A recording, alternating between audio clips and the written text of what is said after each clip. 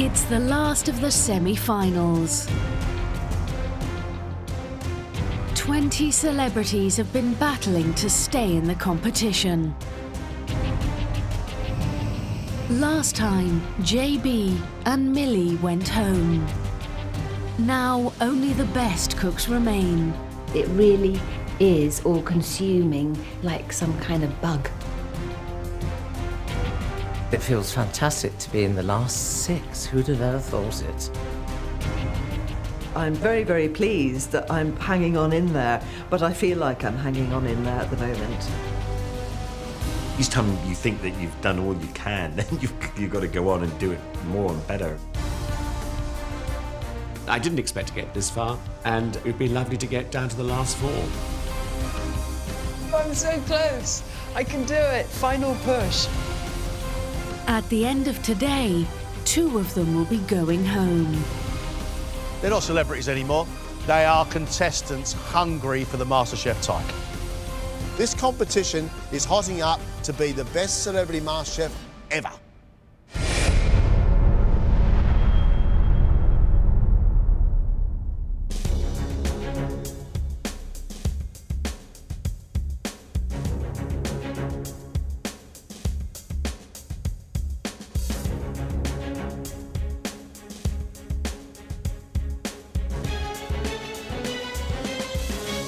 Welcome you 6 to the last semi-final.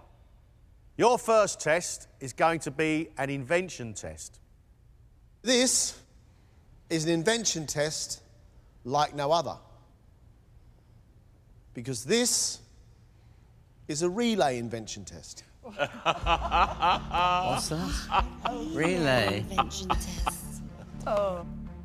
You are going to have an hour to create a dish, but you're going to be doing it as a team. Jodie, Biggins, Charlie, one team. Amanda, Sophie and Wayne, the other team. Each of you will be cooking for 20 minutes and then handing over to the next person. During that process, there will be no conferring. You will not be allowed to talk to each other. Wow. You will have to work out from what is on the bench in front of you when you walk through that door what the dish is meant to be. Okay, each team, please, now make a decision. Who's going to invent the dish? Who's going to be the workhorse? And who's going to finish it off? I think you should go first. I think Charlie should do the body, and I think I should finish it. Okay, yeah, you go for it. Do you want me to? Yeah, fine. I don't mind either. Okay, who's going first? Biggins, you're going first, and Amanda, you're going first. Okay, decision made. Team leader stays here. The other 4 of you, off you go. Good luck. Good luck, guys. Have fun. Enjoy it. Have fun. Okay, you 2 have got a task in front of you. You have 20 minutes to start the dish. Off you go. Amanda and Biggins now have to decide what their team's dish will be. They can choose from a range of ingredients including chicken, black pudding, pancetta, vermicelli noodles, a wide range of vegetables, dried and fresh fruit, as well as herbs and spices. You're stealing my chicken.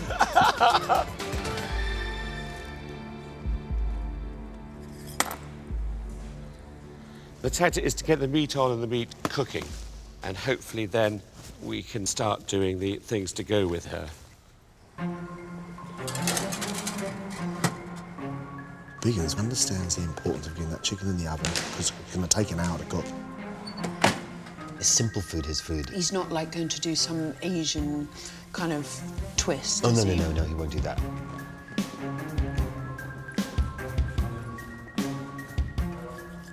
I want to do something spicy with the chicken, okay? So that's what I'm just going to put in place for them.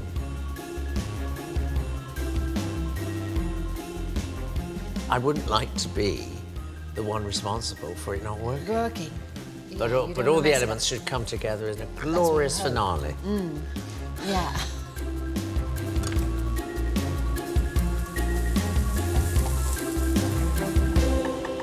Amanda, what are you making?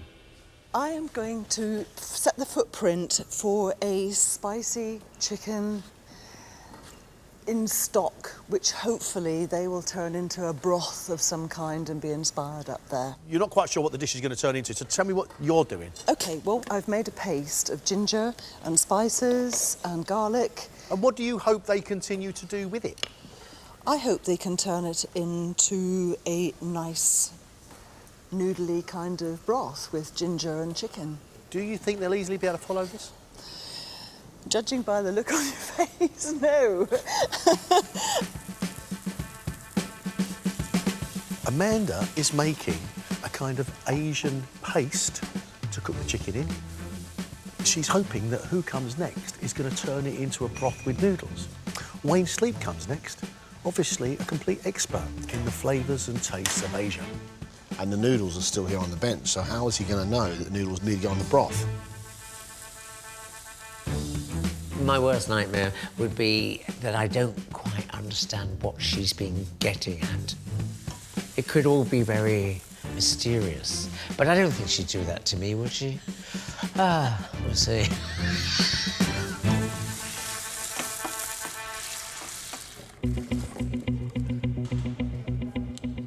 So he's been in for 10 minutes. So another 10 minutes and you're going in. Oh, I feel this. I can't breathe. Is it hot? Yeah, it's quite hot. It'll be even hotter in there.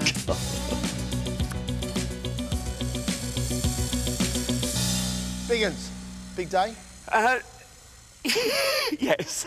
I just wanted to get something on, so I thought a roast chicken stuffed with lemons, which is something which is really nice and tasty, and I think we can probably cook it in that hour. So now I'm preparing things like the asparagus, which I'm just blanching at the moment so that they can do them in some nice oil or butter or what have you. I'm going to prepare some potatoes, and then we can have some nice wilted spinach, and then we can perhaps do some tomatoes, like roast them perhaps if they feel like it. That's up to my fellow friends. You aren't actually starting off a dish, you're just giving them bits and pieces Exactly. for which them to create the dish. Yes. Is that right? That is absolutely right, John. So you're starting off and then the evolution's going to happen later on? Hopefully, yes. I hope they look in the oven to see there's a chicken in there. Biggins has started off with the roast chicken, peeled some potatoes, cooked some asparagus, and then now he's trying to work out how to leave that message for the next person to come along. I think that's really sensible. So if you were following Biggins, what would you do now? For me, the one thing you've got to do is make a sauce. You have just 3 minutes to change over. Having been with Biggins from the very beginning, I know that he cooks quite simple dishes, but very tasty. And I'm hoping that he's going to start some dish that's simple.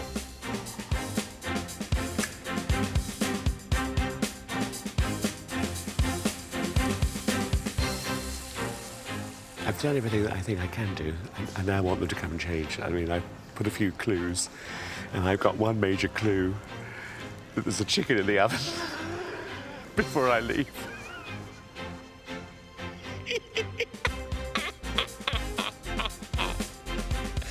I think I've gone mad. OK, guys, let's change over, please.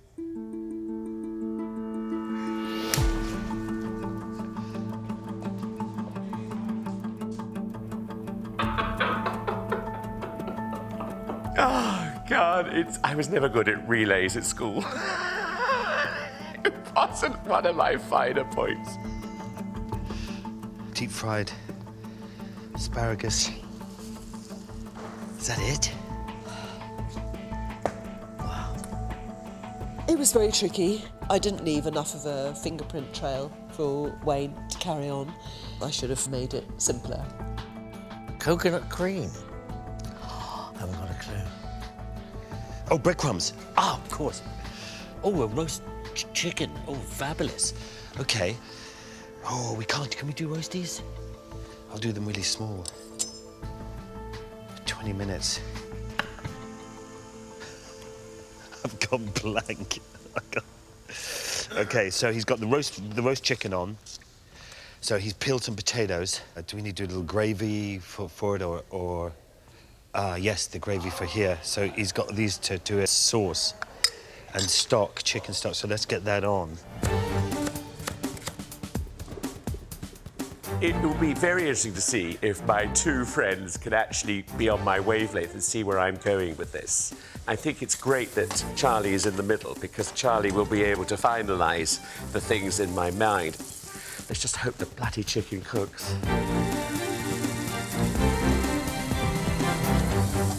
Charlie? Yeah. What's it feel like? It's kind of terrifying thought, really, but at the same time, it's kind of exciting as well. I must say, when I first walked out the door, I just thought this is going to be a tough one. But then I love the breadcrumbs. That's just wonderful to the roast chicken, and I love roasts. So I'm delighted about that. I'm hoping that's going to be ready within the hour. But you don't need to worry about that, do you? Because no, that's Jodie's. That's Jodie's thing. Oh, yeah. of course. Yeah, who cares?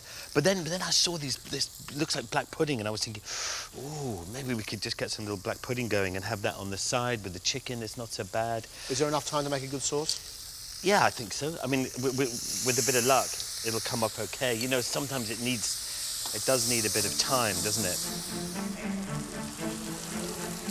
Charlie's playing to his strengths. We know he makes a great sauce.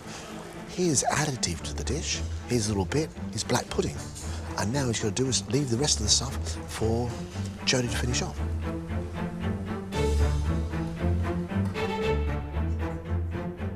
Today, I'm very confident that my team are gonna put us in a really nice direction and I can come in, it's gonna be pretty self-explanatory, do a little little bit of Jodiness and then get it looking beautiful.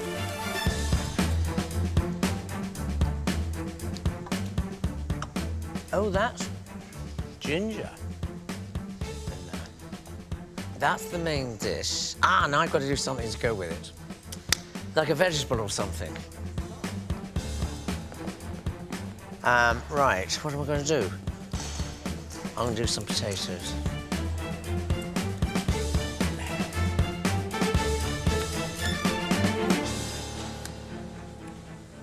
It's quite spicy. So I'm going to do some potatoes and black olives on the side to go with it. What does it taste like to you? Well, it tastes sort of oriental in some way. So what oriental ingredients have you got to match it? Ah. Mashed potato and olives. Well, the thing is, what I thought, there's so much sauce here, you need something to soak it up with. So I thought the potatoes might help. And what are you going to leave for Sophie? Not a lot. I'm afraid. No, I think this one I'm really out of my depth on. I'm going to put stock in there. The dish itself no longer knows what it's going to be. That chicken has no idea what it is anymore. The one I feel mostly sorry for here is Sophie, who's going to have to come in and pick up the pieces.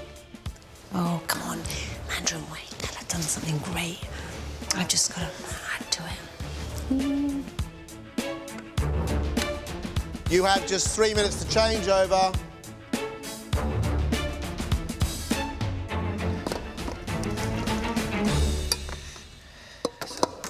Okay, so we'll leave those there by the deep fat fryer.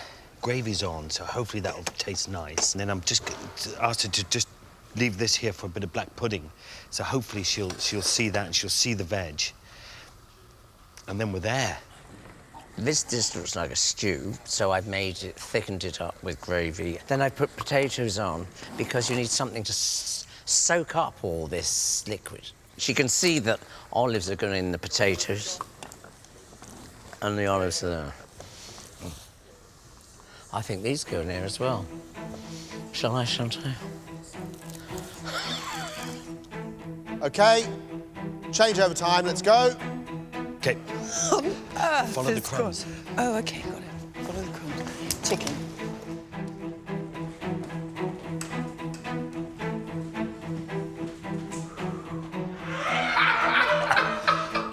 I've left Gretel behind, but Hansel found the breadcrumbs.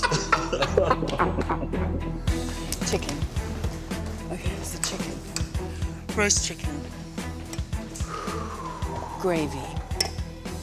Asparagus. Potatoes. God, what a nightmare. Oh. 2 nightmares. Sophie has walked into an absolute disaster going on in different pots. Ginger. Ginger, lovely. She's found an Asian flavoured dish that has now had apricots added to it. So she doesn't really know whether she's North African or Asia. So what's going on Sophie's bench right now is a rescue job. That's a dish and a half. Now, we said invention test. I don't think we can make that sort of invention. The potatoes are on, and I put black olives just by the side of the potatoes to give, hopefully, a way forward, and a masher to mash them up, and oil. Oh, OK. Sophie, Yes. tell me what it is you think you found here cooking. I found a lovely apricot and ginger chicken dish. Quite spicy, quite gingery. And we've got some potatoes going there, and I thought maybe that Wayne was thinking mash, and as I came in, I thought, well, mash might be a bit... So I took them off, and I'm thinking I'll herb them up a bit. Where do you think it's going to end up? I think we'll have an Asian fruity chicken stew. One of the classics. Yeah, it's one of my faves. Sophie has completely discarded the olives. She's not going to mash the potatoes. What she's going to do is put some herb through them. She's realised that the chicken was overcooking, poured a lot of the stock off, and now she's desperately trying to get some colour into what is otherwise a grey dish. I think it's going to end up looking a little bit like a stir-fry, albeit a muddy one. So we've got potatoes, apricots, chicken, peppers and asparagus. Wow. You got 10 minutes left. 10 minutes.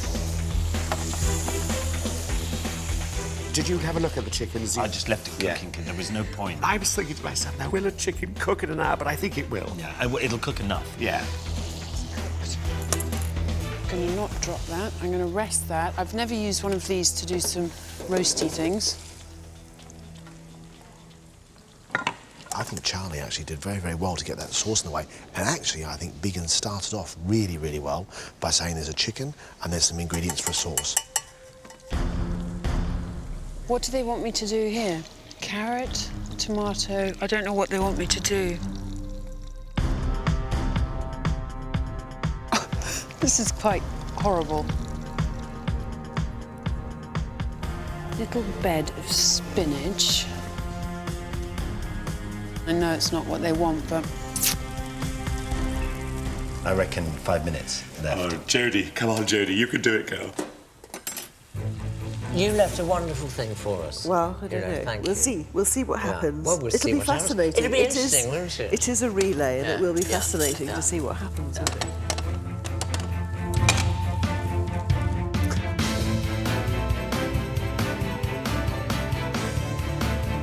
2 minutes left. Plate it up, please.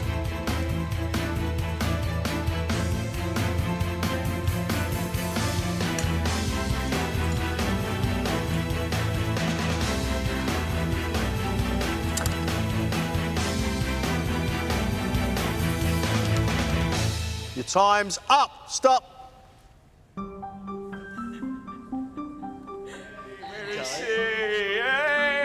What are you shaking your head? Because you left me something and I couldn't get it. That's perfect. Is that kind of... So That's I did exactly it on what a we bed did. of spinach. Yeah, the black pudding with the roasties. That's good. That great. looks very Spinach. pretty. Spinach is a brilliant idea. Yeah. What did you do, darling? Because you had apricots in it, babe. So I thought, hang on, that I sometimes make a thing called a tagine, which is like a sort of... tagine, So Greg was up this end of the kitchen most of the day. Can I ask what you cooked for us? it's a tagine with asparagus and roasted pepper and a side of herbed potatoes with onion seeds, wasn't it? Amanda put lovely Asian spices around this and then expected Wayne to come along, add the stock and add noodles. As it was, he went off and started making olive mashed potato and added apricots to your dish. Sophie came in and looked about as confused as a lady in a round room told to stand in the corner. Right, come on in.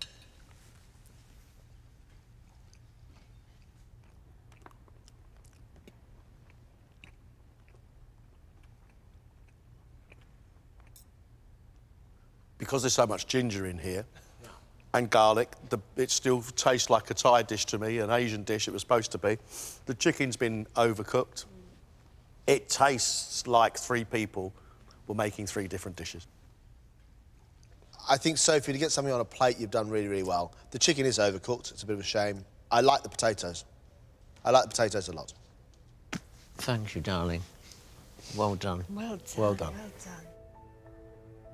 I found this test the worst test of the whole competition. I probably didn't leave enough of a trail for Wayne, so he didn't know what I was thinking. It did resemble, I don't know what it resembled really, but it was its own thing and it had elements from all over the place, and people are always saying fusion, aren't they? Fusion all over the place, or it's a fusion. So I think we did a bit of a fusion, and there's nothing wrong with that. Next up are Charlie, Jodie and Biggins. They've made roast breast of chicken with fried potatoes, black pudding, asparagus, sautéed spinach and a chicken gravy. That's a good-looking dish, team. That's a really good-looking dish. What's quite incredible about this dish is that you can see that Jodie's plated it, and if it had been you, Charlie, there would have been 3 times as many potatoes, twice as much black pudding, and probably half as much chicken. Yeah, all right.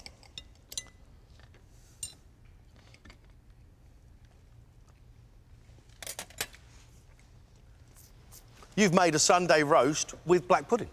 It's very nice. You've got moist chicken with a seasoned crispy skin, crispy potatoes, a really lovely, quite deep gravy, and that lovely, deep, spicy flavour of the black pudding's a perfect match for the whole lot.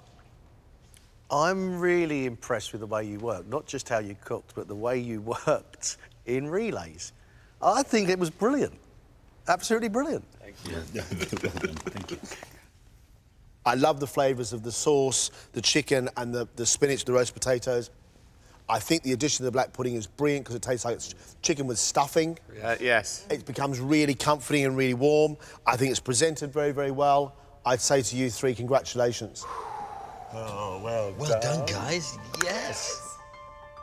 Today's challenge was unique, was absolutely wonderful, and I think it went very, very well for our team.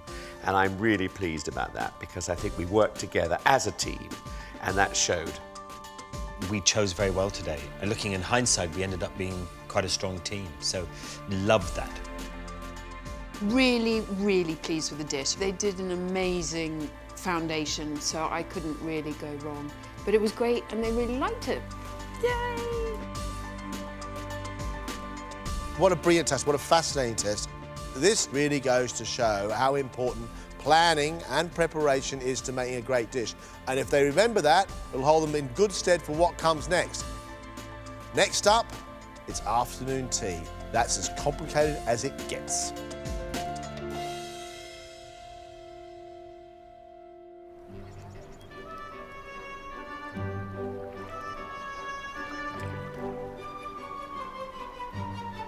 It's 9 a.m. and the contestants are heading to Richmond upon Thames for the ultimate pastry challenge.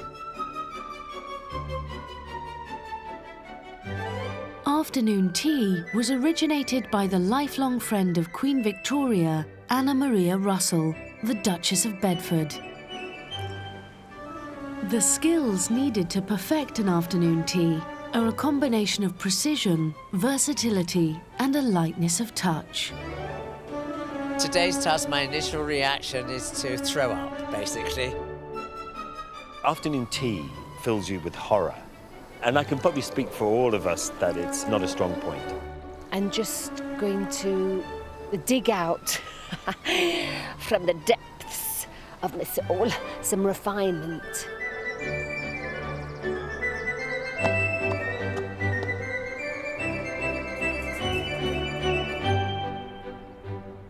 Welcome to the Bingham Hotel in the very pretty and genteel Richmond upon Thames.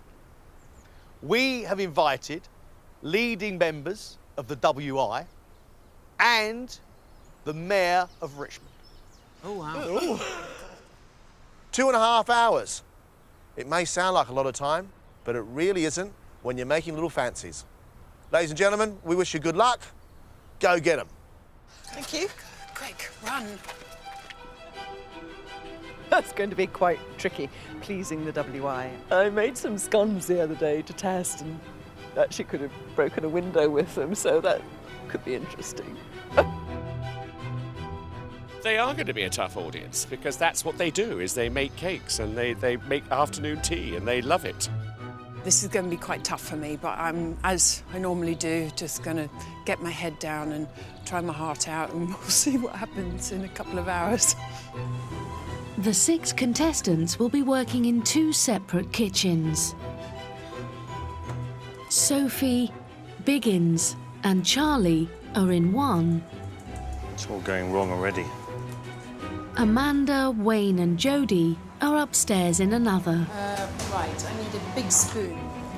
Using their own recipes, they've been asked to make 1 savoury and 2 sweet items, and they will need to make 10 portions of each. The thing about afternoon tea is it's got to be delicate, but it's got to punch above its weight in terms of flavour. For any of our 6 to truly impress today, they're going to have to push themselves. And they're going to have to go up a skill level. There needs to be style, but at the same time, they're going to be realistic about getting all that food up in 2.5 hours. Serious task today, Charlie. It's not somewhere where I'm particularly comfortable in doing pastries and all that kind of stuff. Your 3 items are? Macaroons, which are going to be filled with, whipped cream and icing with rose water. Right. And then a little raspberry in the middle. And then for the savoury, I'm doing crab with creme fraiche, a little bit of chilli, a bit of Granny Smith apple, just to give that crunch again, and just make like almost a half taco, so just so they can pick them up easy and just pop them into their mouths. Right. And then the other one is I'm making the ale cake with espresso ale. And so how is this little cake going to look pretty? That's one of my weak points, is presentation. But I'm going to do a little bit of dusting of icing sugar. Okay. And try to keep that little bit simple. Hopefully the macaroons will look shiny and all the stuff is supposed to be. Cakes, it's all about precision, isn't it? And so, anyway, there's a method, so I'm just going to try and crack on with it. You've got all your ingredients weighed out? Yeah. You got to make it all? Yeah. You've got your work cut out, Charlie? I do, yeah, I do.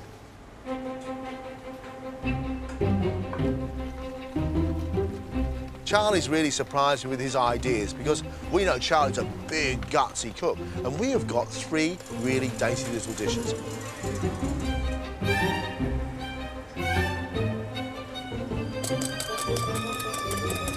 I love afternoon tea. I think it's a great English tradition and we are so good at it.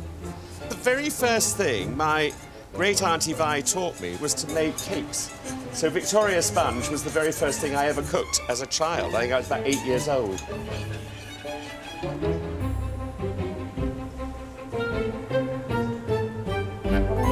Biggins, I don't think I've ever seen you so quiet.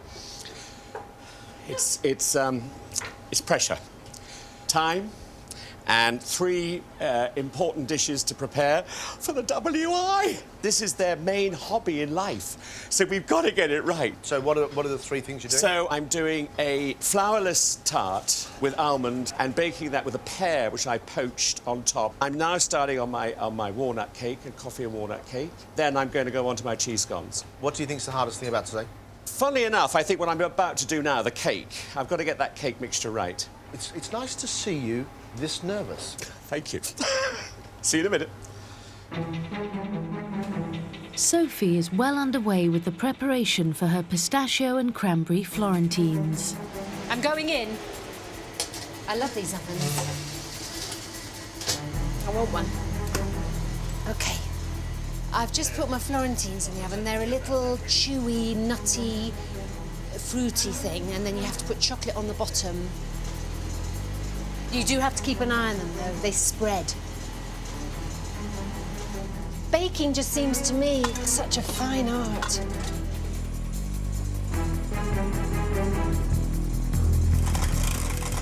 Sophie, afternoon tea, something you're used to doing? No. But you must have been to a few, tea parties, mustn't you? I don't know if I have.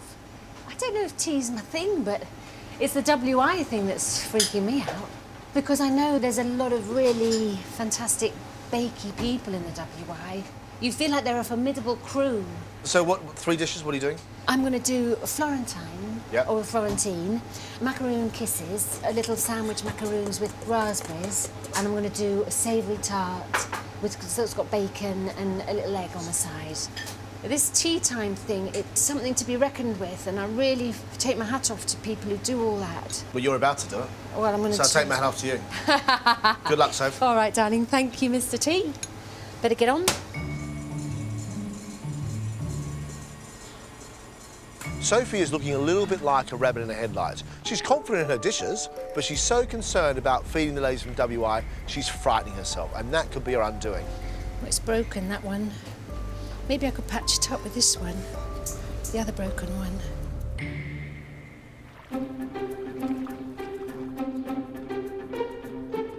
Meanwhile, in the upstairs kitchen, Baking powder, almond mix, in a big bowl, cracked eggs, white.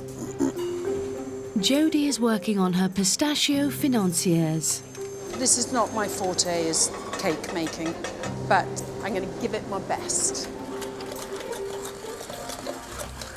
Jodie, you look remarkably calm. Do I?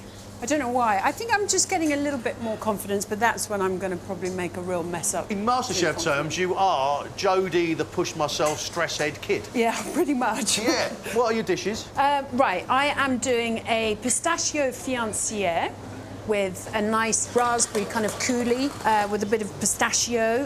What is it? Is it a biscuit? Is it a sponge? What No, is it's it? like a little spongy thing.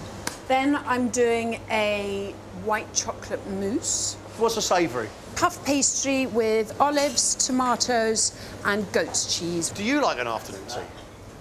Not hugely. Models aren't known for their love of cakes, are they? No, exactly. So that's why I'm a little bit fish out of water territory. But I'm going for it. You know, that's my motto.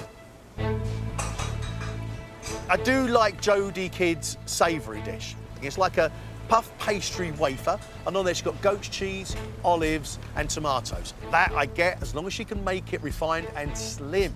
What you don't want is half a pasty going up to the mayor.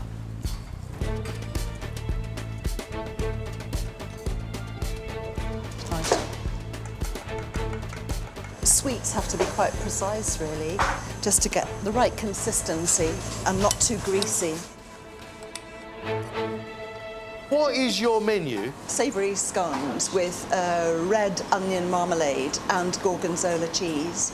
My sweet things, I'm making little phyllo pastry lemon meringue pies, followed by salt, caramel, truffles. What is the essence of an afternoon tea, do you think? Oh, an afternoon tea should be a pick-me-up and something which is just titillates your senses when you've got a bit of a sugar low.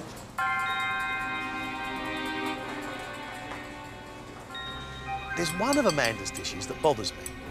It's a lemon meringue with phyllo pastry. Now, that sounds a little greasy to me. I don't want to see the mayor wiping her fingers on her ceremonials, you know what I'm saying? Wayne is making a start on his raspberry jam to go with his scones. This is what takes up all the time, weighing everything out. I was brought up with pounds and ounces, thank you very much, and I've suddenly got to go to grams, and I don't even know the sign for it. So I've got it to a G. I can just about see it. We've got all day at home. I mean, everybody probably think this is a cinch. We've got 2.5 hours to produce 30 cakes each, so there we are. Wayne, you've got pages and pages of notes there. Yeah, I have, but I've got tons and tons to do. I've got to do 3 different dishes, and I've got to do 10 of each. That's the problem. What are you going to feed our Lady Mayor? I'm going to feed her vol au vent with chicken, chives, and quail's eggs.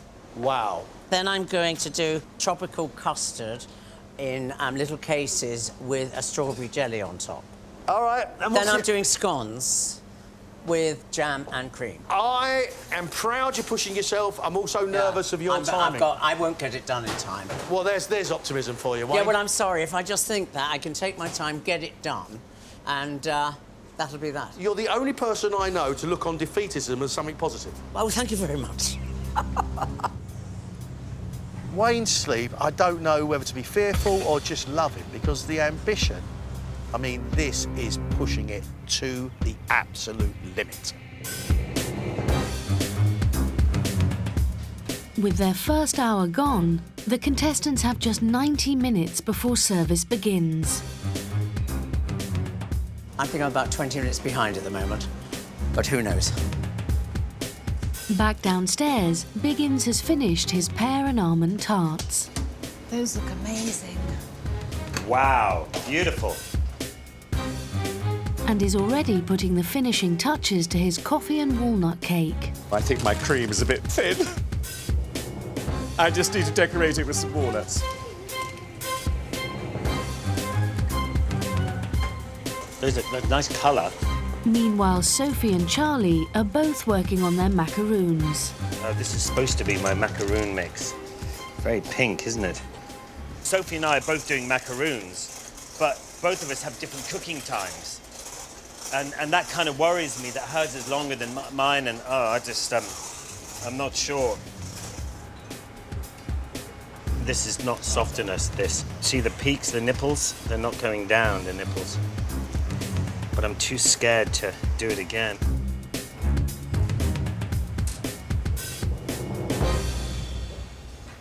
I don't think they look right, to be honest. These look a bit wet to me. The macaroons look a bit wet. They're just ploppy.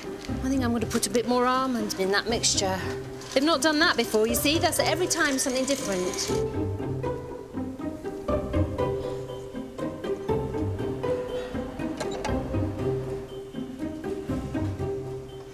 They look lovely, darling. Oh, they look a funny colour. They're supposed to have a really nice sheen to them, which they don't. And they're not supposed to have these little nipples here, which they do. So I don't know where the colour went. They're quite pink in the bag. And they've just gone a bit, not pink. Oh, they look better. They look better, don't they? Yeah. But a bit better. They're still different, Charlie. I know. I'm not going to risk doing another set. I'm just going to back off and let them. I'm not going to try again. They're quite emotional, aren't they? Someone told me once it took them almost 100 times to get it Really? right. Flipping hell.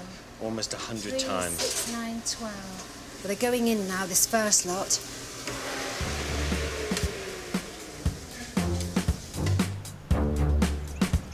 In the upstairs kitchen, Jodie's pistachio financiers need to cool, while she moves on to her white chocolate mousse with cherries and crumble.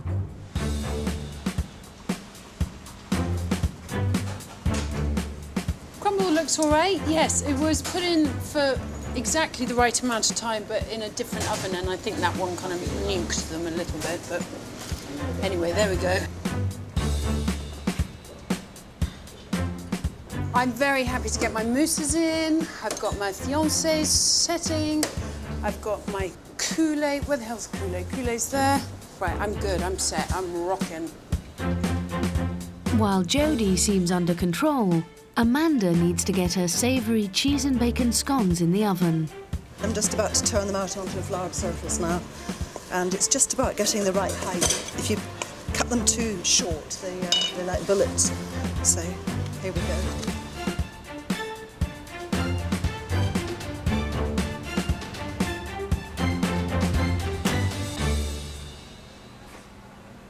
How are we getting on, Amanda? Yes, I'm good, thank you, John. OK, scones, where you at? Just pop those in the oven, made the red onion marmalade, made the lemon curd, and then I've just got to whip up the meringues now. So I'm literally moving on to the phyllo tarts now. OK, so you're feeling quite confident? Yeah, absolutely enjoying it. It's grand. Good.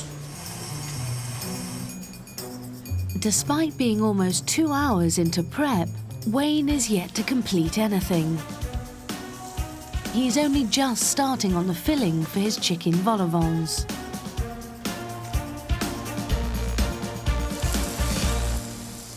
Right, how are you doing, Wayne? Well, I feel I'm running out of time. I feel like it's going faster and faster. OK, so what have you got done? Well, I've got the jam done, I've got the jelly for the tops of my cakes, I've got to do the pastry for the cake.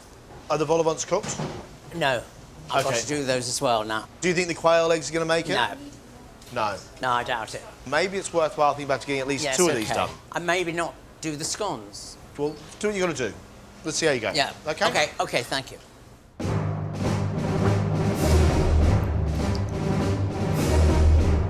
It's 2 o'clock and the guests are beginning to arrive.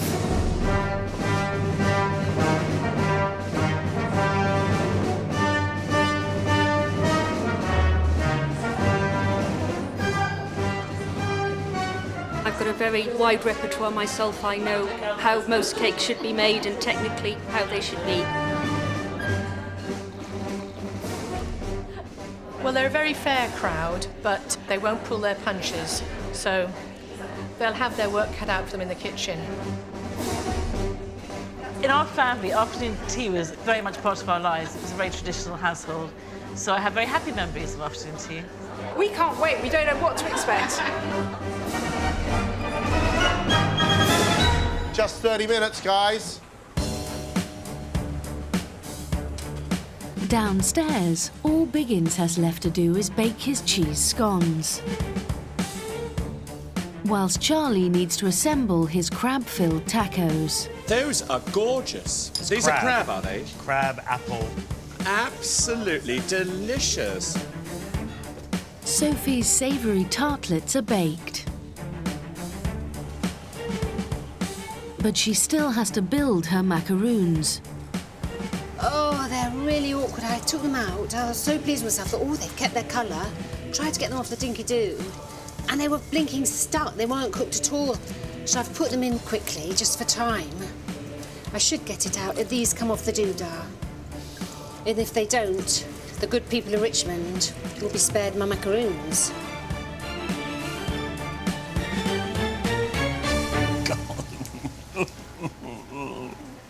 They don't look like they're supposed to.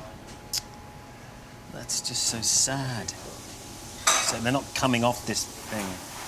When I decided to do macaroons, I didn't realise that they're supposed to be really, really hard to make, and I didn't really think about that. Well, again, they're a bit... But if I put the mascarpone in, let them cool, they should still taste all right, because it's kind of nice and gooey, this filling. Don't get in a pickle. You're doing Disappointed okay. with them. Okay, well, just keep on going. I hope they'll taste all right. Yes, but I need to. Yeah. But these are the worst I've done, in fact, and I thought some of the ones I'd done before were bad. For something like this, where you really want perfection, you want the very best, then yes, I think I'm going to be a very harsh judge. With 20 minutes to go, Wayne has only just started his fruit tart cases. I think I might have just made 1 or 2 dishes in time, so I'm looking on the bright side of life.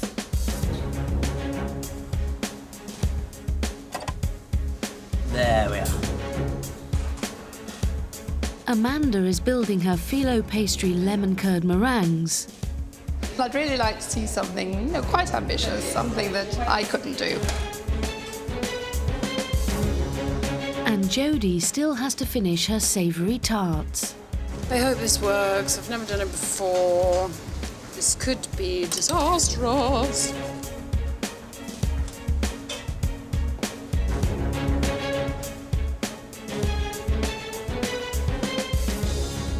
John, if you want to scare yourself, go into the kitchen upstairs and look at those 3 contestants, Jodie, Amanda and Wayne.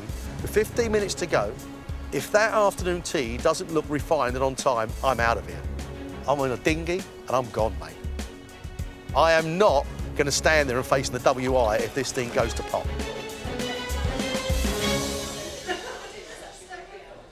Finishing touches, guys. You've got just 10 minutes left.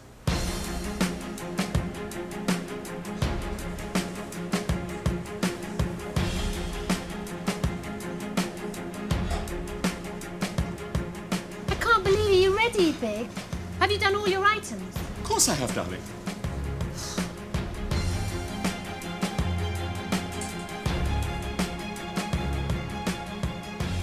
Right, that's me done. I didn't think I'd get through today. I think they look quite amusing. I think if they were people, they'd tell a joke. They're a bit music hall. Like little boobies. Guys, all done? Finishing touches, all sorted? All sorted, sir. All done, sir. Wonderful. Boss. Service, please. Upstairs, Jodie and Amanda are ready to plate up.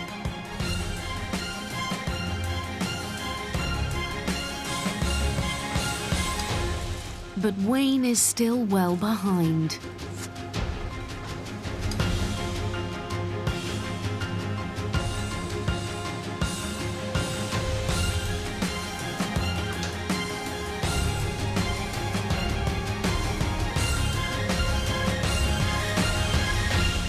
Are we ready? Are we ready to go? We are ready.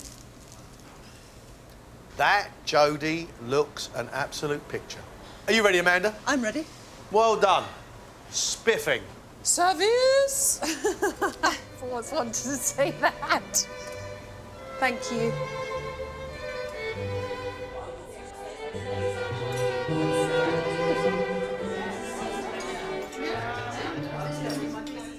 Thank you very much. You're welcome. Wayne, how you getting on? Miserable. Why? Well, I've only managed to get 2 dishes out and I'm already half an hour over time. OK, so what are you going to do? I've got to fill these with my tropical custard and add the jelly toppings. And then what? And the vol au vents are just finishing cooking, and that's the fillings for the vol au vents. OK. Do you think you're taking on too much today? Yes, I think. If there was no time that I had all day, I might just make it.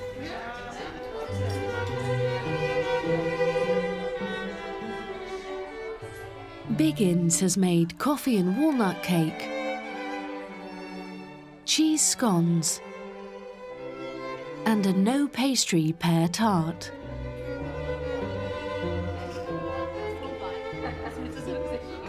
I loved it. I thought it was a great challenge.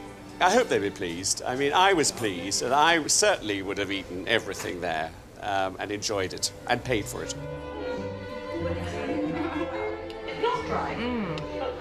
Very good.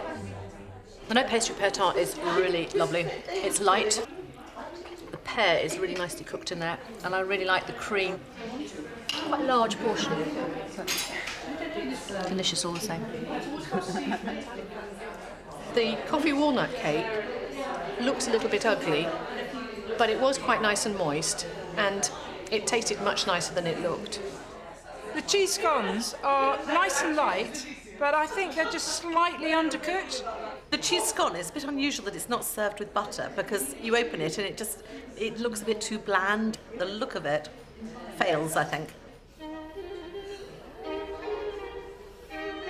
Charlie has served espresso ale cakes, raspberry macaroons with a rosewater cream, and crab meat on parmesan tacos. Lovely, thank you. All in all, I think I'm kind of glad it's over. Maybe middle of the road. If I can get middle of the road, not get too many vicious comments, then, you know, it'll be okay. Cheese, lots of melted cheese. This is actually a cheese crisp then, is it? Not an actual taco? No. The crab meat tacos were inspired because it had a bit of paprika, I think, in it, which really brought the flavour of the crab out. I'm going for my macaroon next one. And a surprise raspberry in the middle. That's nice. The macaroons were divine. They were very nice, and to have a little treat of a fresh raspberry in the middle was lovely.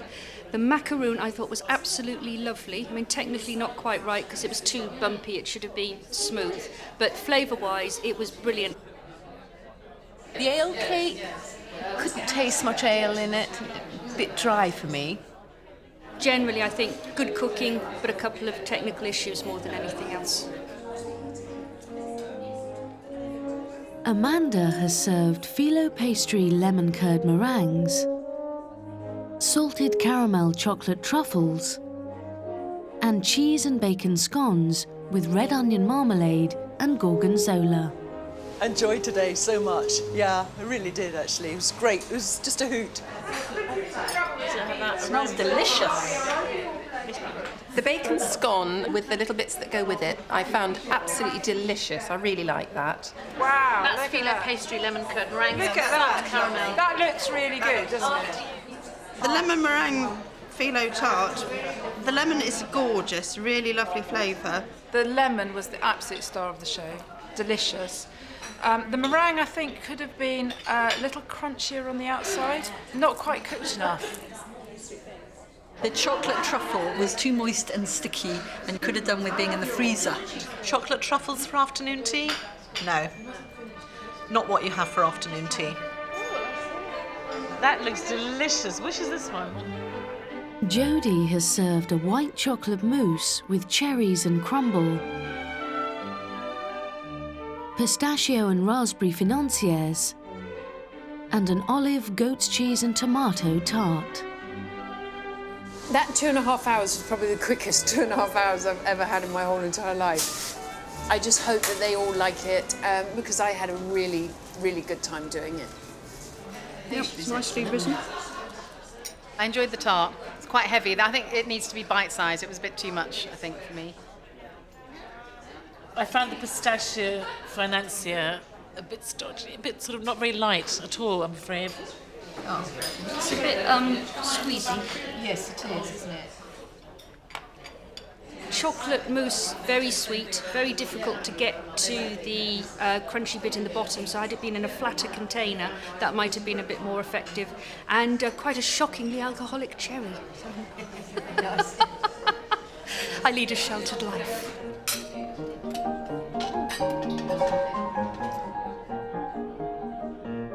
Sophie has made raspberry and almond macaroons, pistachio, pine nut and cranberry florentines, and spinach, bacon and cheddar tartlets with quail's eggs.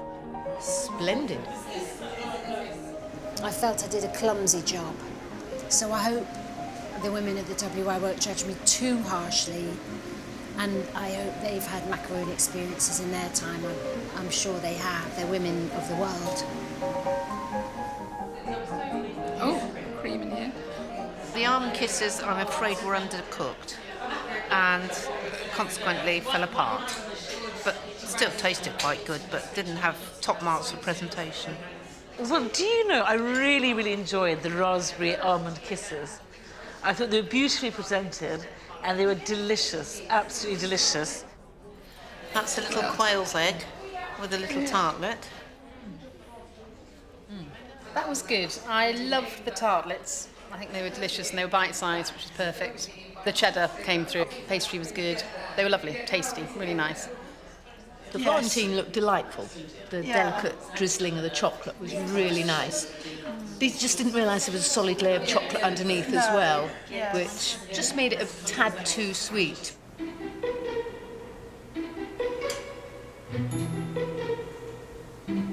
Well done, Wayne. You've done it.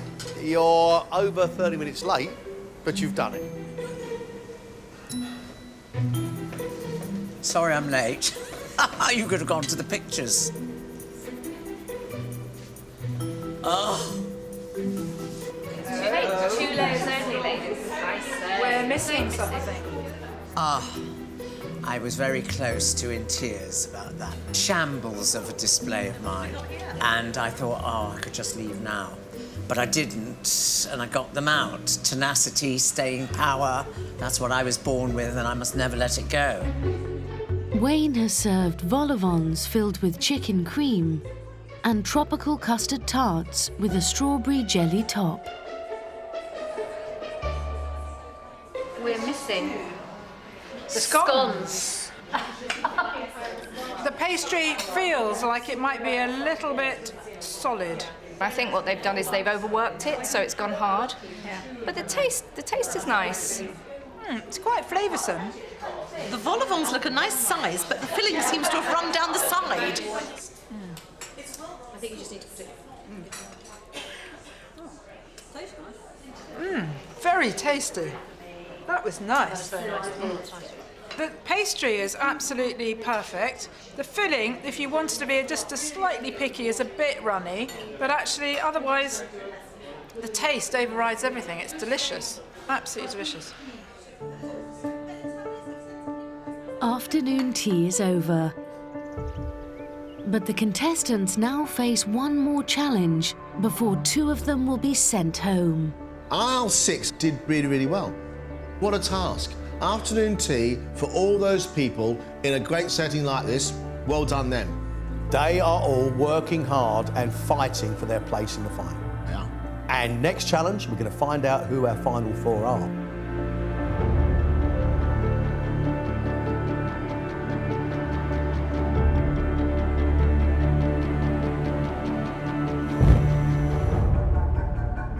Today is all about going from 6 to 4, and we're all hoping that we're going to be that 4.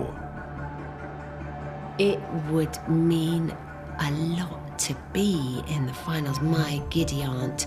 I always get a bit emotional when people leave. It'd be marvellous to go down to the last 4, but you know, one can only do one's best.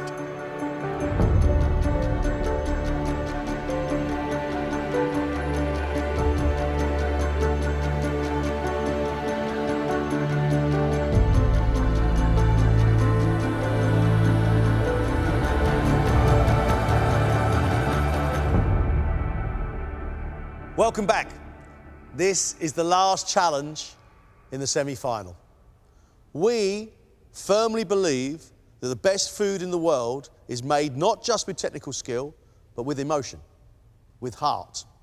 That's what we want from you. A dish that you really care about, inspired by somebody that you love. Ladies and gentlemen, one dish, 1 hour and 20 minutes. At the end of this, 4 of you will be finalists and 2 of you will be going home. Good luck. Let's cook.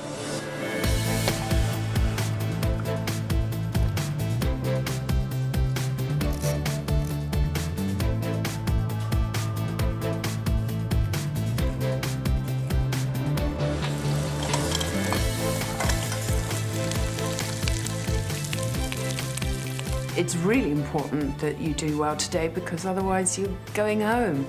The competition is suddenly really gone to a whole different level. So, yeah, I've got to nail it.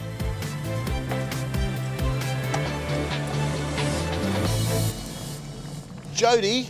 Yes. You have a mass of gorgeous ingredients. Yes. What we're going to have? Going to go very, very fishy today. Basically, I'm going to do a crab and spring onion risotto with some salmon on top and then a lobster bisque around the outside.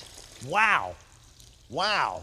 It's all for my mum, basically, who's a pescatarian and has always been forcing me my whole life to eat lots of fish. And, of course, I've always been just meat and potatoes and pizzas, as, you know, children are. So this is kind of like an homage to her to say, look, I can do fish and I can do grown up. So hopefully I make her proud.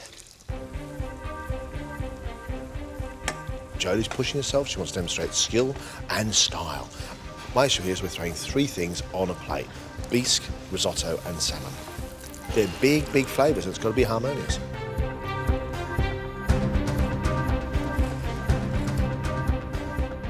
I think I've definitely changed as a cook. I have a better flow with my cooking now, definitely, and I'm really, really enjoying it. I'm loving that.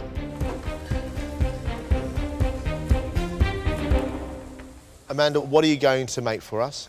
I'm going to make some duck with cavallonero, and it's going to be a little juice of shallots and blood oranges, some puree of cauliflower cooked with star anise, and then on top of that I'm going to have some beetroot crisps. Why this dish? This dish is for my mum because when she went to live in Ireland with my father after the war, she was very sophisticated, never lived in the country before, and she asked a farmer if she could have some ducks because she wanted to have a party. She thought he would turn up with the ducks ready, done. No, they were live, and she spent the afternoon chasing them round the garden. Had to get them, kill them with my father, pluck them, and then threw this mad party for all the people who lived in our very rural district in the middle of nowhere of Ireland. And she served crispy duck. So this is for my mum, who inspired me hugely in my life. Now that's a story. She was very inspirational like that, my mother. Just against all the odds, just keep going and, you know, get on with your life and challenge yourself. So she was an amazing woman, actually, yeah. Amanda's doing a duck dish inspired by her mother and their time in rural Ireland. Wonderful. But Amanda is attempting so much, maybe too much. You've had 20 minutes. You've got 1 hour left. 1 hour.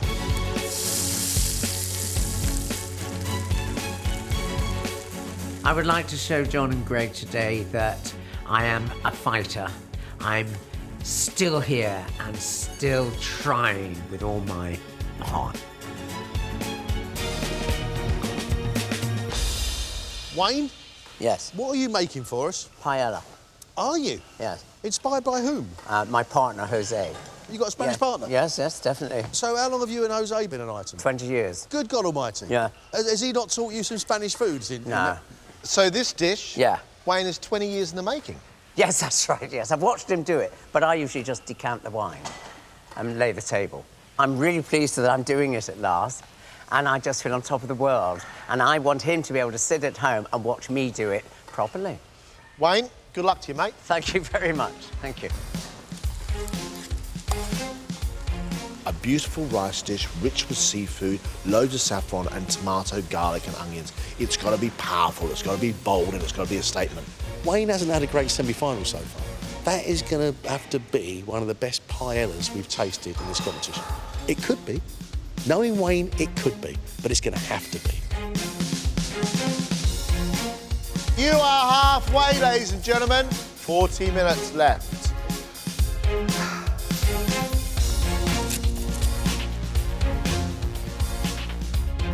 My strategy today is to just try and cook and present the best that I can. That's all you can do. If you put your whole life into it at that moment, then with a bit of luck, it'll come through at the other end, and they might like it.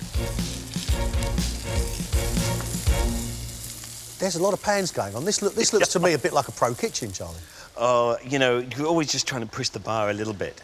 And so I'm just trying this. And actually, in fact, this dish is really because a mate of mine, a guy called Angus Jones, opened up a restaurant. I was so proud of Angus, and Angus is one of my oldest mates. So this is one of his dishes that he'll probably never talk to me again after this. What's the dish?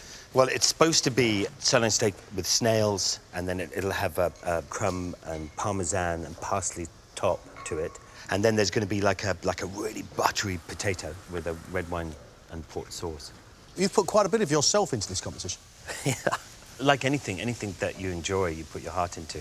When I'm riding motorbikes or racing dirt bikes or whatever, I get a real adrenaline rush. And when you're doing some pressured stuff like this, you get that same rush. Charlie's really going for it. What he's attempting there is a professional chef's dish. That steak needs to be lovely and moist and well rested. The snails need to melt in your mouth, and that mash has to be wonderful and creamy. You've got just 30 minutes left. 30 minutes between you and a finals place.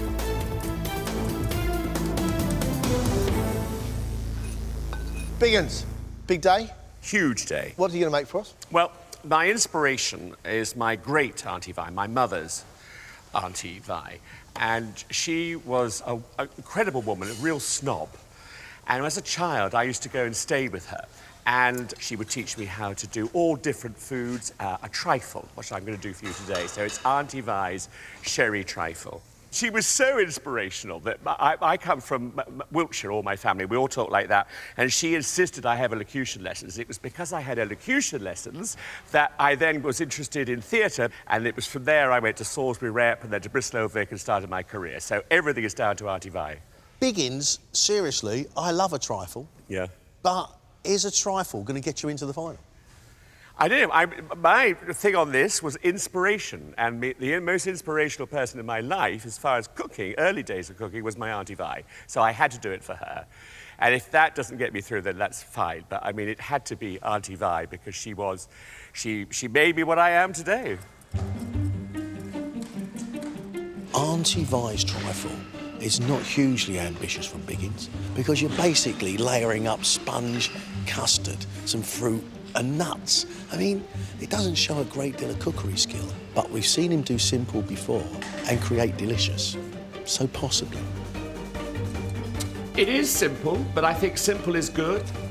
I'm just anxious that it's going to set in time. So I am in the lap of the gods today. Because this dish doesn't have many components, you've got to get each one just right. It's the kind of dish you want them to go, I want to lick my plate clean.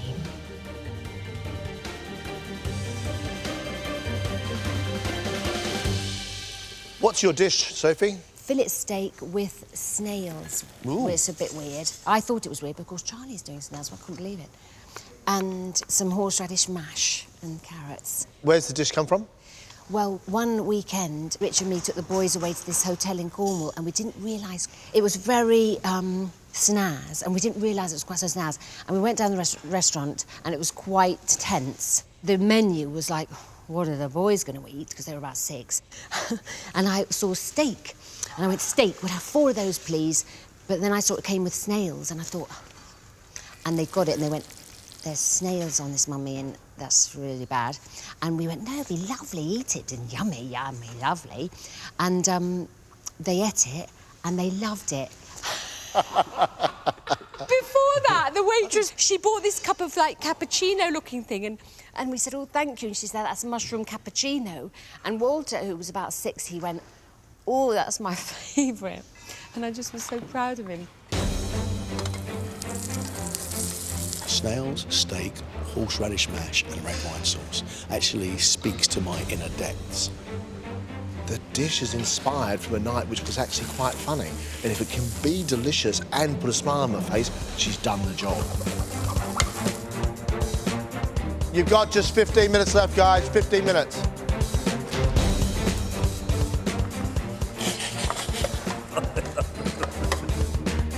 Lots of ambition going on. However, there's one person wandering around the kitchen tasting everybody else's food because he hasn't done very much, and that's Biggins.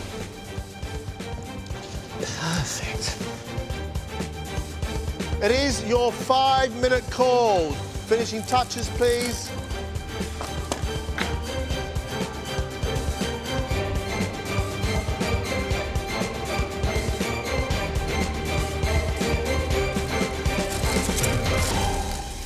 Stop!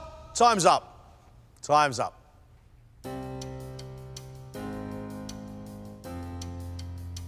Jodie, please.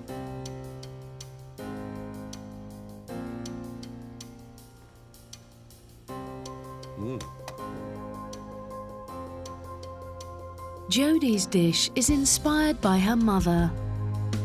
She's cooked pan-roasted salmon fillet on a crab risotto with a lobster bisque.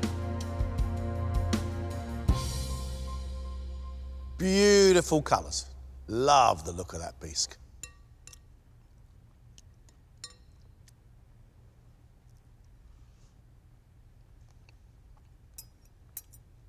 I love your bisque. A good lobster bisque like that tastes almost like caramel sweet. Really lovely. Your rice is soft, but not sloppy. Your salmon, maybe a little bit over. My complaint is here, I completely lose the crab. Because you put parmesan in there as well? Mm-hmm. A lobster bisque and a salmon and parmesan is far too much for the poor little crab. In saying, that's a good-looking dish with very, very good technique. I totally agree with him. I love that freshness of lemon from the lemon zest flowing through the whole thing. Your rice is cooked absolutely beautifully. Your bisque as rich as you like and on that edge of salty and tasting of the sea. The salmon, it's here nor there for me.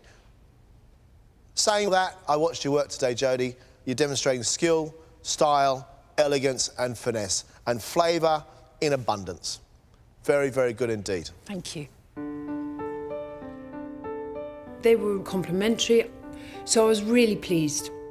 I'm really proud of it. I think my mum would love it. And so that's what my aim was for the day.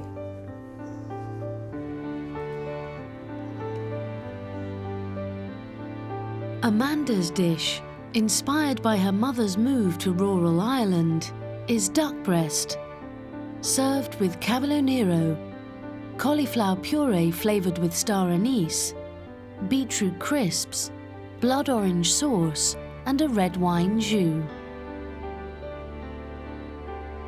A huge amount of work, Amanda. Huge amount of work.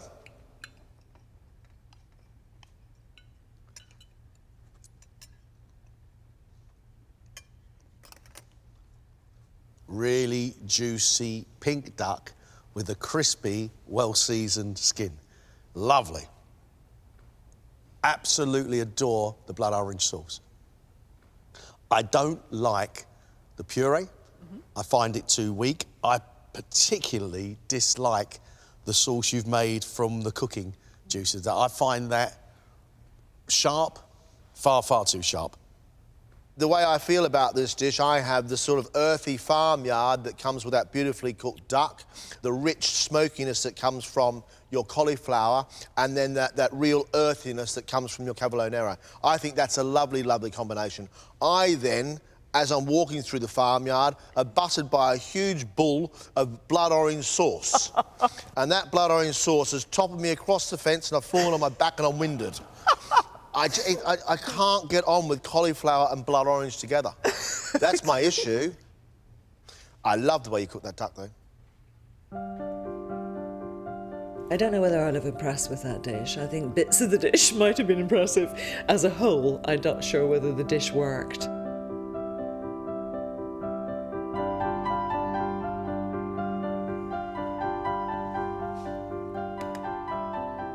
Charlie's dish, inspired by his close friend Angus, is sirloin steak topped with a snail persillade, breadcrumbs, parsley and parmesan, with scorched onions, parsley puree, buttery potato puree, and a red wine and port sauce. I've got to say I'm not a fan of this presentation. To me, it looks like an Aztec fertility god.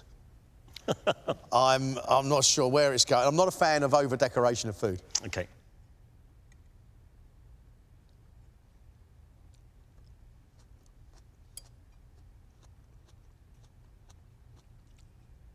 I love the steak, beautifully cooked, topped with salty parmesan and rich but slippery snails, all with that onion and red wine. Your red wine sauce is shiny and sweet and sumptuous as you like, with that creamy, buttery, perfectly made mashed potato. I love the bitter, burnished onions on the side and the little bits of parsley puree. Charlie, that's the best thing you've cooked in the competition. Wow. Beautifully cooked steak, really lovely buttery potato, really good, sweet, deep sauce. I also like the crunch of the onion. I love the sweetness of the snails. That's proper big boy grown-up cooking. Thanks, Charlie. Thank you very much. OK. Greg didn't particularly like the presentation. I thought, oh, here we go. And they really liked it. And God, the relief, I almost felt like crying.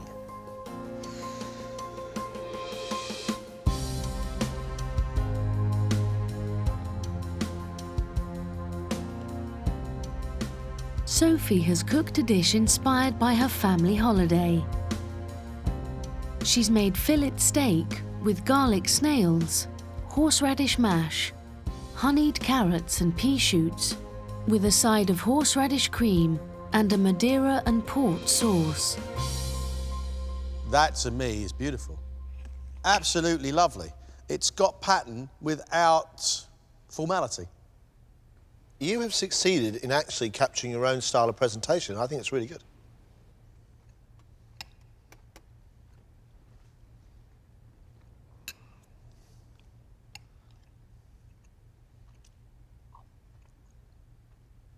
There is so much in this dish for me to admire. Your mashed potato is creamy and smooth, and it's got the hint of horseradish at the end of it. Your steak is brilliantly cooked. Your snails have just the right texture, and they smack of garlic. I love the whole lot. Your colours are vibrant, and everything on there is cooked really, really well. Love the sheen of the sauce. Love the slipperiness of those snails with all the garlic and all the onions. Your potatoes, lovely with horseradish running through it, and really tasty. Your carrots are buttery and rich.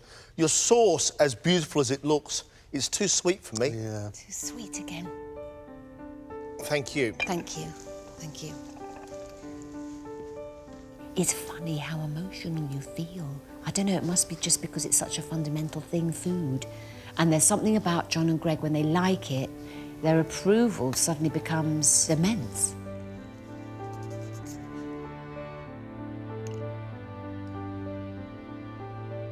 Biggins has cooked his great Auntie Vi's sherry trifle. Layers of sponge cake soaked in sherry, raspberry jam, custard, whipped cream, topped with fresh raspberries and toasted almonds. It's a good-looking trifle. It is only a trifle, but it's a good-looking one. It wouldn't be right for you to serve something small, would it? I mean, it's got to be as big and as brash and as loud as you are. It's, This is an individual portion. Oh, my word. Wow. Smell the booze in it. Cool. It is as much sherry as it is trifle. I like your creamy custard. I like the cream on top. I feel in my mind it needs a bit more texture. Lovely flavours. The booze you've put in there gives slight sweetness. It also gives heat as well. However, I've got cream on top of custard, on top of very, very soggy sponge fingers. It's wet. I love to eat a trifle, but I have to question how much skill goes into it for a MasterChef final. It's emotionally draining to be cooking something that means so much to you. Perhaps if I'd thought about it, I should have done something a little bit more for the final, I suppose.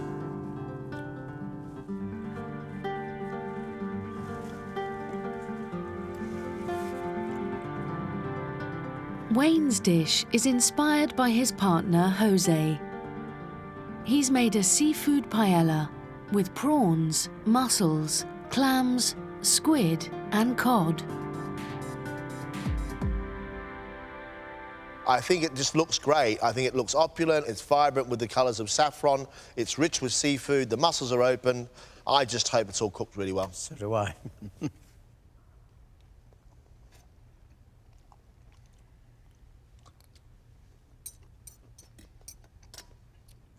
I think we should have some more Jose-inspired dishes on the show. That's a damn good paella. The fish that I've picked up out of your paella is cooked really, really well and adds lovely, fresh, sweet notes to an otherwise well-seasoned, saffron-rich rice dish. Very, very good indeed. The saffron humming through it is delightful. Wayne, well done. Well done. It's times like this competition, I say at the start, I want to be stirred a bit, I want to be a bit emotional, and I tell you what, it brings a tear to my eye. And I tell you why. Because you work like nobody I've ever seen before. And you go back from being absolutely disastrous like it was for you with the afternoon tea, and you struggle back. And what I've got here is something from somebody who really cares. That, Mr. Sleep, is delicious. Oh, thank you. It's really quite accomplished. Whew. I'm in shock and happy and, you know, yeah, very emotional, actually. To have got this far, first of all, and I can't speak. Oh, bless you. Thanks, man. It was a pleasure eating Thank it. you. Thank you very much. Thank you.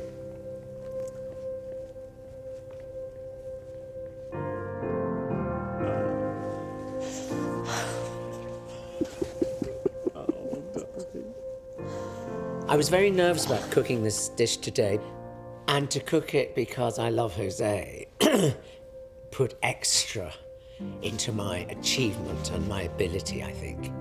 I felt the whole family was with me from Spain, and they were all in the dish helping away.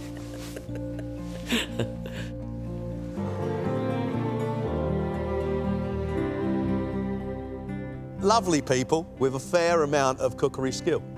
And it's been an absolute joy. I've loved it, and that's the truth. Right, to the serious point in hand. You've done your bit. We now actually have a tough job. We'll call you back in when we're ready. Thank you very much, ladies and gentlemen. Thank you.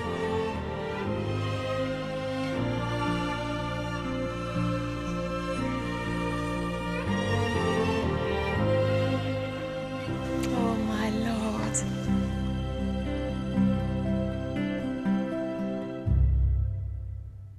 I like these guys, and it's been a great competition. But it's about the food. There were some ups and downs. Two of them today, I think, cooked absolutely beautifully.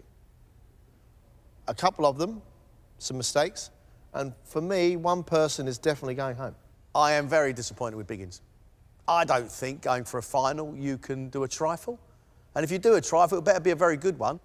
It was more of a bowl of warm custard with whipped cream on top and sherry. And I love a bowl of custard, don't get me wrong. But at this stage of the competition, I don't believe it is enough. It was very important for me to do that trifle today somehow. However, I don't think on the overall part of it, it was enough for the boys. Charlie had a good round. You and I both loved his adventure. I didn't like his presentation, but there was no arguing with the flavour combinations. It was a grown-up plate of food. I don't care about his presentation today because I thought his food was delicious. Sophie frustrated me today in that her dish was the best looking dish in the room. The mash was lovely, the steak was lovely, the snails with the garlic was lovely. Everything was wonderful, but her sauce was too sweet. But I've got to say, her cooking today was sound, and with a little bit more nurturing, I think we can see a starlet in the making from Sophie. Jodie's a good cook, and I think she showed her ability and her skill today, but she overdid the flavours. You can't have a crab risotto that doesn't taste of crab. Saying that, it was a very, very good dish. And you know as well as I do, a spoon and you would have finished the whole thing off. There's something about Wayne that throughout this competition, there have been ups and downs, and there have been massive downs and massive ups. I loved that paella. I absolutely loved it. Each individual item of seafood was cooked beautifully. And you could taste it. He did it for a reason today, and that was because he wanted to impress his partner. And I tell you what, he impressed me and you, and I'm sure that Jose will be proud of him. Amanda has shown cookery skill, but she's shown an inability to match flavours. Amanda's duck was cooked beautifully. I like the caballonera underneath, and I love the spiciness of that cauliflower. But orange and cauliflower doesn't work in my mind, and that bitter, sharp sauce was made from the cooking juice of the duck was not pleasant with the rest of it. For me as a dish, it clashed. The issue is we've got 4 places in the final. Biggins has gone. Yep. And for me now, it's either Wayne or Amanda. Yeah, I agree. For me, it's win-win. If I stay, fantastic. And if I go home today, I'll just be really proud that I got so far. Gosh, if I could stay a few more days, I'd be over the moon. It would teach me that you can go out there and if you really put your mind to something, you might be very surprised what happens.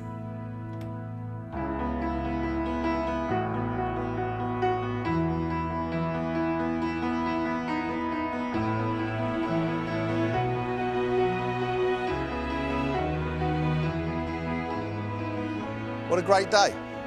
What a fantastic competition. Lots of emotion in here today, lots of fight, and some very, very good dishes. Sadly, 2 of you are leaving. First person to leave us is Biggins. Thank you so very much. Thank you very much. Thank you. Mwah. Go out there and win it now, one of you. Take care. Thanks, boys. Ta-ra, Biggins.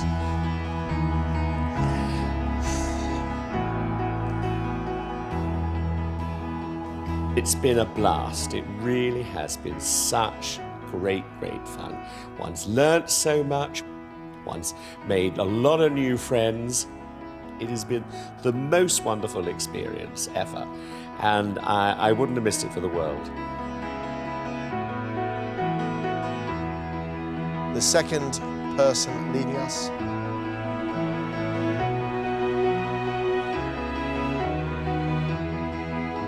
is Amanda. Thank you very much, Amanda. Thank you so Well much. done. It's been so fabulous, thank you.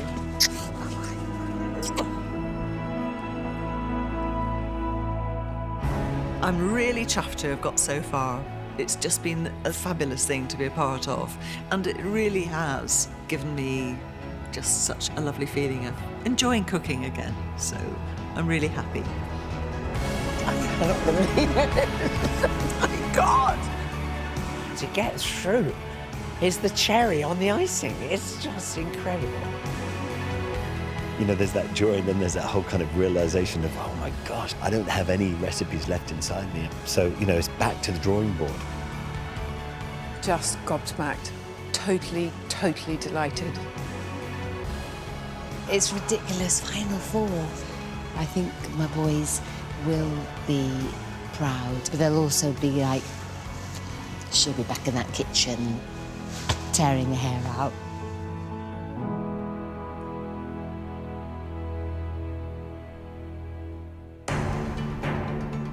Next week, it's the Celebrity MasterChef Finals.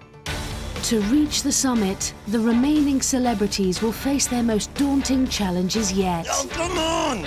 Ah! Oh my gosh, there's a lot of people there. It's all gone a bit Pete Tong.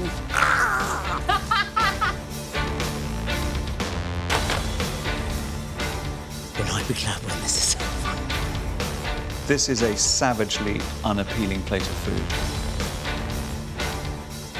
At the end, only one of them can become Celebrity MasterChef champion.